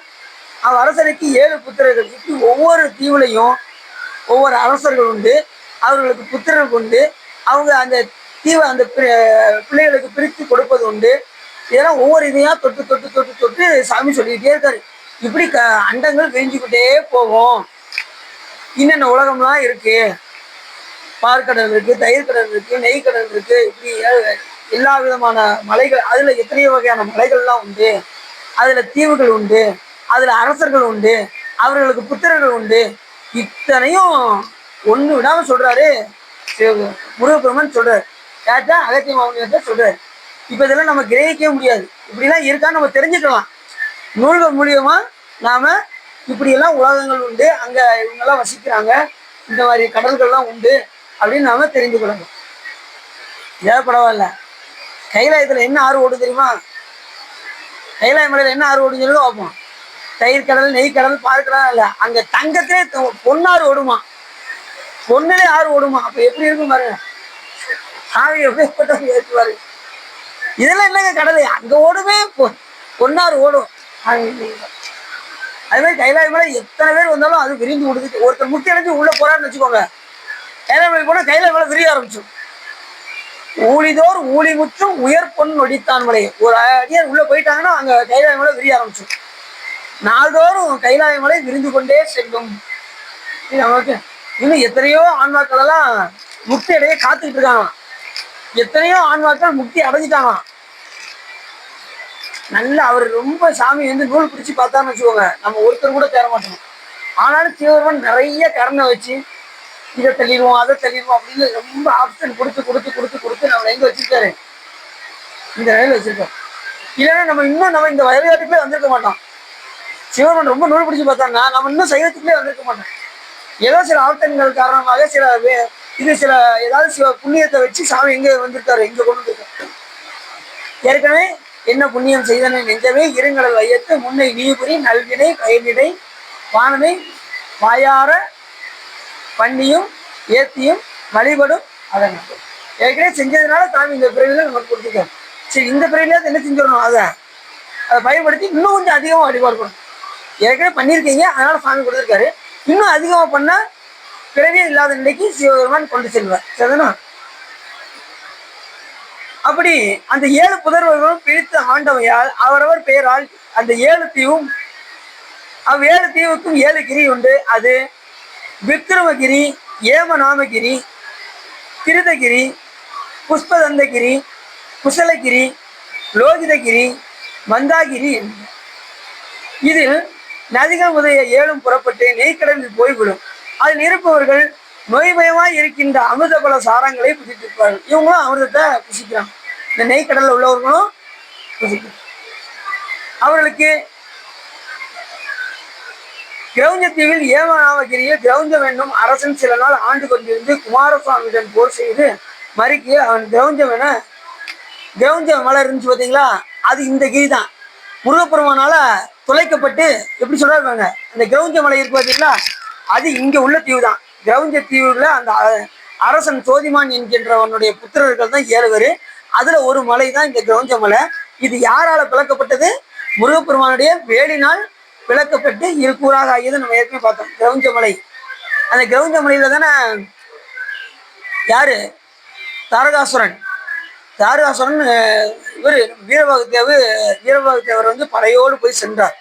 தாரகாசுரனுடன் போய் சண்டையிட்டார். அப்பொழுது அத்தனை பேரையும் மயக்கி, மாயையினால் மயக்கி கிரௌஞ்ச மலையில் அத்தனை பேரும் ஒரு வேலை செய்ய முடியாம வாக்கிட்டான். அப்ப முருகன் என்ன செய்யாரு, வேலை அப்படி ஏறினார். வேல் நேரா போய் தாரகாசுரனை வதம் செய்து கிரௌஞ்ச மலையை துளைத்து அத்தனை பேரும் மயக்கத்தில் இருந்த அத்தனை பேரையும் எழுப்பி உயிரோடு எழுப்பி மறுபடியும் கொண்டு வந்து முருகப்பெருமானிடம் கொண்டு வந்து சேர்த்து. எது வேலாயுதம். வேலாயுதத்தை எது சொன்னமோ அதை செஞ்சு வந்து முடிச்சு வந்து முருகப்பெருமான் கையில வந்து நிற்கும்.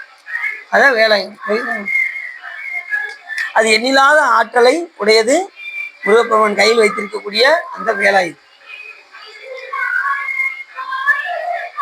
குமார சுவாமியுடன் போர் செய்து, நல்ல கவனம், முருகப்பெருமானிடம் போர் செய்து மறிக்கையால் அது கிரௌஞ்சம் என பெயர் பெற்றது.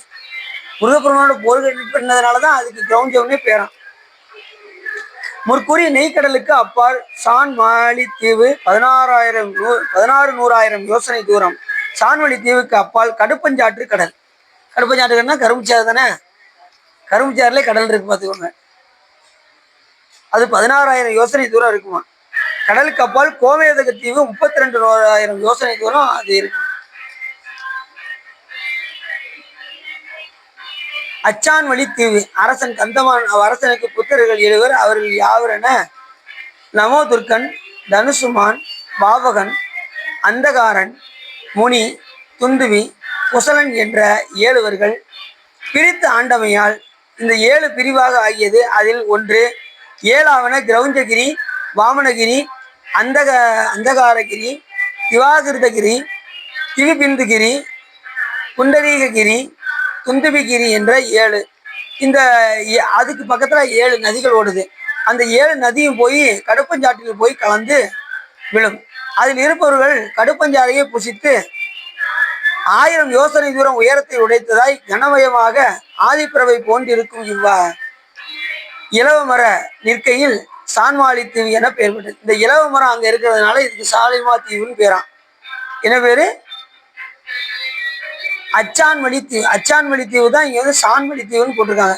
இலவ மரம் வந்து அங்க அதிகமா இருக்குமா. அங்க புசிக்கின்றவர்கள் என்ன புசிப்பாங்களாம்? கடுப்பஞ்சாற்றை புசித்து உயிர் வாழ்வார்களாம். ஏற்கனவே ஒவ்வொரு உலகத்திலையும் இருக்கிறவங்க 16,000 ஆண்டு, ஒருத்தவங்க 80,000 ஆண்டு, இன்னும் ஒவ்வொரு உலகத்திலையும் அவர்கள் வசிப்பார்கள். இப்போ ஒவ்வொரு உலகத்திலையும் இத்தனை ஆண்டுகள் வசிக்க வேண்டும் என்று சிவபெருமான் நிர்ணயிச்சு வச்சிருக்காரு. இப்ப நம்ம இந்த உலகத்துல நாம எத்தனை காலம் தான் வாழ முடியும்? 100 ஆண்டுகள், அதுக்கு மேல வாழ முடியாது. அது மாதிரி இந்த உலகத்துல உள்ளவங்களாம் 16,000 ஆண்டு, நெய்க்கடல் உள்ளவங்க இத்தனை ஆண்டு, தயிர்கடல் உள்ளவங்க இத்தனை ஆண்டு, பால்கடல் உள்ளவங்க இத்தனை ஆண்டு அப்படின்னு தான் வாழ முடியும். இப்ப விஷ்ணுவுக்கு ஒரு நாள் எவ்வளவு நாள் தெரியுமா உங்களுக்கு? இப்ப பிரம்மாவுக்கு 434 கோடி வருஷம் அரை நாள். அது அப்படி டபுள் ஆயிக்கோங்க. அது வந்து பிரம்மாவுக்கு ஒரு நாள். அவருக்கு ஒரு 100 வயசு வந்ததும் விஷ்ணுவுக்கு ஒரு நாள் ஆகும். இவருக்கு 100 வயசு வந்ததுக்கு அப்புறம் தான் விஷ்ணுவுக்கு எத்தனை நாள் வருமா? ஒரு நாள். அவர் 100 வயசு வந்ததுக்கு அப்புறம் தான் அதுக்கப்புறம் அந்த பதவிக்கு யார் போவா? விஷ்ணு பதவிக்கு. அந்த புண்ணியம் செஞ்ச ஆன்மா விஷ்ணு பதவி போய் அந்த வைகுண்டத்தை போய் ஆடும். இப்படி எல்லாம் ஒரு பதவி தான். எல்லாம் அந்த பதவி முடிஞ்சதும் மறுபடியும் மண்ணுலகத்துக்கு வந்து சிவ பூஜை செய்துதான் அவர்கள் மோட்சத்தை அடைய முடியும். சிவ பூஜை செய்யாம என்ன செய்ய முடியாது? யாரா இருந்தாலும் மோட்சம் அடைய முடியாது. முடிவு என்னது? சிவபூஜை, சிவபூஜை. எல்லா நூலும் சொல்லக்கூடிய ஒரே கருத்து என்னன்னா சிவபூஜை. இது அவங்களுக்கு அத பல பாடல்கள் தொடர் பூசை தான் எண்ணிலாகவும் இயம்பிய இறைவர் தாம் விரும்பும் உண்மையாவது பூசனை. அதுவும் திருநீலக்க நாயனார் பூசை செஞ்சுக்கிட்டே இருப்பாராம். இந்த வாரம் அதுதான் பேச போறேன் அப்படின்னு. நம்ம வைத்தியநாசாமி கோயில்ல திருநீலக்க நாயனார் வர சனிக்கிழமை பூஜை செஞ்சுக்கிட்டே இருப்பாராம். பூஜை எல்லாம் கிரியெல்லாம் முடிஞ்சிருமா, முடிஞ்சதுக்கப்புறம் அதுக்குள்ளேயும் பூசை முடிஞ்சிருச்சு, எந்திக்க மனசே வராதான், மறுபடியும் இருக்க பூசை பண்ண ஆரம்பிச்சிருவா. பூசையிலேருந்து எந்திக்கிறதுக்கு மனசே வராதான். பூஜை 24 மணி நேரம் பண்ணிக்கிட்டே இருப்பாராம். அந்த அம்மா பக்கத்துல வந்து தேவையானதை எடுத்து கொடுத்துக்கிட்டே இருப்பாங்க அவங்க மனைவி. நல்லா தெரிஞ்சுக்கோங்க, திருமணம் நாம் ஏன் முடிக்கின்றோம் என்றால், நல்லா கவனமா கேட்கணும், திருமணம் நாம் ஏன் முடிக்கின்றோம் என்றால் மனைவியையும் வழிபாட்டுக்கு ஈடுபடுத்த வேண்டும், அவர்களையும் என்ன செய்யணும், வழிபாட்டிற்குள் கொண்டு வர வேண்டும் என்பதற்காக. நான் மட்டும் ஓய்வடைஞ்சு போகணும்னு நினைக்கக்கூடாது. மனைவியும் என்ன செய்யணும், சிவ வழிபாட்டுக்கு ஈடுபடுத்தி அவர்களையும் சைவ பணியில் ஈடுபடுத்த வேண்டும். அதுக்கு தான் மனைவி. 63 நாயன்மார்கள் எடுத்துக்கிட்டா அத்தனை பேரும் மோட்சம் அடைஞ்சாங்க, மனைவியோடு சேர்ந்து தான் மோட்சம் அடைஞ்சாங்க. அவங்களையும் சிவ வழிபாட்டில் ஈடுபடுத்தி, முக்கியமா அடியார்களுக்கு அன்னம்பாளிக்கிறதுக்கு நல்லா நம்ம என்ன செய்ய வேண்டும், நம்ம இல்லத்துக்கு அடியார்களை வரவழைத்து அவங்க அமுது செய்ய சொல்லி நம்ம அடியார்களுக்கு அமுது கொடுத்துக்கிட்டே இருக்கணும். அப்படி கொடுத்துக்கிட்டே இருந்தா மனைவி சேர்ந்து என்ன பண்ணிடுவாங்க, மோட்சத்தை அடியாருக்கு அன்னம்பாளிச்சுனாலே முடிச்சு வச்சு. மண்ணில் பிறந்தால் பெரும் பயன் மதிசூடும் அன்னலார் அடியாதமை அமுது செய்வித்தல் கண்ணினால் அவர் நல்விழா பொலிவு கண்டாதல் உண்மையாமல் உலகமுன் வருகன உரைப்பார். அதனால மனைவியும் நம்ம என்ன செய்யணும், ஈடுபடுத்த வேண்டும். அப்படின்னா நம்ம மட்டும் வழிபாடு செஞ்சு இடத்த காலி பண்ணிட்டு போயிடுவோம் அப்படின்னு நினைச்சக்கூடாது. அவங்களையும் நீ எங்க போனாலும் மனைவி என்ன செஞ்சிடணும், ஒரு அடியா கூட்டம்னா நீ அங்கேயும் அவங்களையும் என்ன செஞ்சணும், சேர்ந்து வச்சுட்டு போகணும். ஒரு தலையாத்திரம் இருக்கணும்னா அவங்களை கூப்பிட்டு போகணும். சில பேர் பார்த்தீங்கன்னா குடும்பத்தோட போனா குடும்பத்தோட எங்க வேணாலும் போறாங்க பார்த்து பொறாமப்படக்கூடாது. புரியுது அவங்களுக்கு? எங்கன்னா நமக்கும் இந்த மாதிரி நிலை கொடுக்கணும்னு சொல்லி சாமிகிட்ட கேட்டா சிவபெருமான் நமக்கு கொடுக்கும். மனைவியோடு தான் சேர்ந்து எங்கேயும் போகணும். ஒரு காசிக்கு போறீங்கன்னு வச்சுக்கோங்க, கணவன் மனைவி சேர்ந்து போறது சிறப்பு. போனோட காசிக்கு எல்லாரும் வந்தாங்க, கணவன் மனைவியோட வந்தாங்க, மகேஷ் வந்தாங்க, 2 வந்தீங்களா காசிக்கு வந்தீங்கல்ல, நீங்க வந்தீங்க, எல்லாரும் கணவன் மனைவியோட வந்தாங்க. ரொம்ப சந்தோஷமா இருந்துச்சு. எங்க போனா யாத்திரை போனா கணவன் மனைவியோட சேர்ந்து சென்று அந்த சிவபுண்ணியத்துக்கு அவங்களையும் ஈடுபடுத்த வேண்டும். அவன் மட்டும் நல்லா புண்ணியமா செஞ்சுட்டு இவளை இங்கேயே விட்டுட்டு போயிடுவான் அப்படி மட்டும் தயவு செஞ்சு கிடைக்கவே விட அவர்களையும் சிவ வழிபாட்டில் ஈடுபடுத்த. அதுக்குதான் மனைவி. அது மாதிரி அடியார்கள் வந்து அவங்களுக்கு அமுது சேவிக்கணும். இவங்க வீட்டுலலாம் பார்த்தீங்கன்னா, நம்ம வைரையா வீட்டில் பார்த்தீங்கன்னா திடீர்னு ஃபோன் பண்ணாங்க, ஐயா எல்லாரும் வந்திருக்கீங்க எங்கள் வீட்டில் அண்ணன் காலையில் எல்லா அடியாரும் வர வச்சு வீட்டில் எல்லாரும் 2 பேரும் மாற்றி செஞ்சுக்கிட்டு இருக்காங்க. இட்லி ஒரு பக்கம் அவிஞ்சிட்டு இருக்கு, ஒரு பக்கம் கேசரி வச்சுக்கிட்டு இருக்காங்க, ஒரு பக்கம் வடை ஓடிக்கிட்டு இருக்கு, ஒத்தையிலே அத்தனையும் செஞ்சு வைக்கிறாங்க. உண்மையில ஆச்சரியமா போச்சு. அடியார்களுக்கு கையால செஞ்சு வைக்கிற, கடையில வாங்கி வைக்கிறத காட்டிலும் அடியார்களுக்கு வீட்டுல சமைச்சு வச்சா ரொம்ப சிறப்பு. கைவினை செய்து எம்பிரான் கடலடி போட்டு நாம் அடியும் செய்வினை வந்து எம்மை தீண்டப்பறா ஒத்தையில எல்லாமே செய்யறாங்க. இட்லி சுட்டுக்கிட்டு வச்சுக்கிட்டே இருக்காங்க. நீங்க போய் இவங்க வந்து வச்சுக்கிட்டு இருக்காங்க, இவங்க சுட்டு வச்சுக்கிட்டே இருக்காங்க. ஒரு பக்கம் வடை ஓடிக்கிட்டு இருக்கு, ஒரு பக்கம் கேசரி ஓடிக்கிட்டு இருக்கு. அது கேசரி எப்படி கேசரிங்க, கருப்பட்டி கேசரி. அடியார்களுக்கு சிறப்பாக கொடுக்க வேண்டும் என்று கருப்பட்டி கேசரி. நீங்க எப்படி செய்வீங்களா? கருப்பட்டி கேசரி செஞ்சிடுறீங்க, இனிமே செஞ்சிருங்க. கருப்பட்டி கேசரி வச்சாங்க ரொம்ப உண்மையிலே சிறப்பாக இருக்கு. ஆமா அதேதான், அதே மாதிரி உண்மையிலே ஓடி ஆடி அடியார்களுக்கு அப்படி செஞ்சாங்க. உண்மையிலே மறக்க முடியாது, அந்த அளவுக்கு அடியார் செய்யணும். அதுதான் சொல்ல, நம்ம வேற்றாளாக பார்க்கக்கூடாது. அடியார்களை நம்ம சொந்தம், நம்ம உறவு, சிவபெருமானுக்கு அடிமைத்திறம் கொண்டவர்கள். அவங்களுக்கு நாம செய்ய வேண்டிய கடன் அவன் கண்டிப்பா செய்ய வேண்டும் என்கின்ற விருப்போடு அடியார்களெல்லாம் வரவழைத்து கொண்டு வந்து மனை புகுந்து குழாவு பாதம் விலக்கி மண்டு காதல் ஆதனித்திடை அர்ச்சனை செய்தபின் உண்டினாலு விதத்திலாறு சுவை திறத்தில் அண்டநாயகர் கொண்ட இச்சையில் அமுது செய்ய அளித்துள்ளார் என்று நாம என்ன செய்யணும், அடியாரை வரவழைத்து அன்னம் அளிக்கணும்.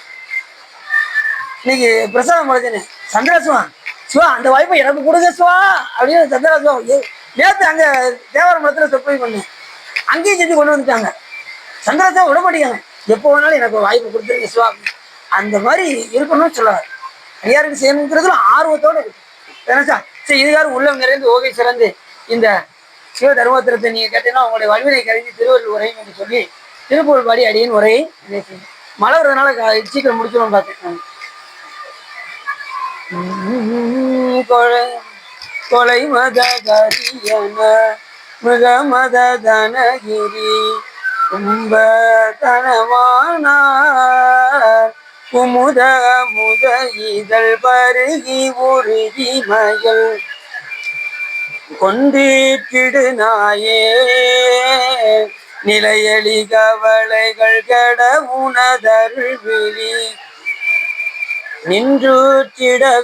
நின்றுச்சிடவேதான் நினதிருவடி மலர் இணை மனதினின் ஊற நின் பற்று அடைவேனோ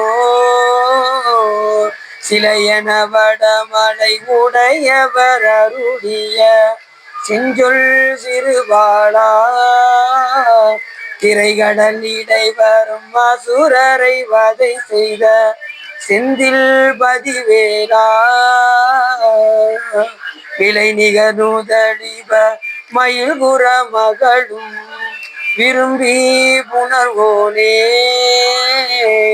விருதனி மரகத மயில் வருகுமர விடங்க பெருமாளே கைலாயபுரம் மெய்ஞான போத்தனில் காட்டும் பெண்ணை பைவாய்மை கண்டான் சந்ததிக்கோர் மெய்ஞான பானுவாகி துயிலாரும் புரிய திருவாவூர் திரைவாழ் நமச்சிவாய தேவன் கைலாதி வரக்கூடியவன் திருப்பரப்பு நீட்டூடி தலைக்கும் மாதும் வையம் நெடுக மாமலை மண்ணுக விரும்பிய அன்பர் விளங்குக சைவ நன்னடிதான் தலை தோங்குக தேவன் திருநீர் சிறக்குவே விசித்தம் பார்வதி பதையே அரகர மகாதேவா என்னாளுடைய சிவனையை போற்றி எந்நாட்டவர்க்கும் இறைவா போற்றி வெற்றிவேல் முருகனுக்கு அரோகரா விசித்தம் தில்லையம்பலம் பொன்னம்பலம் அருணாச்சலம் ஏகாம்பரம்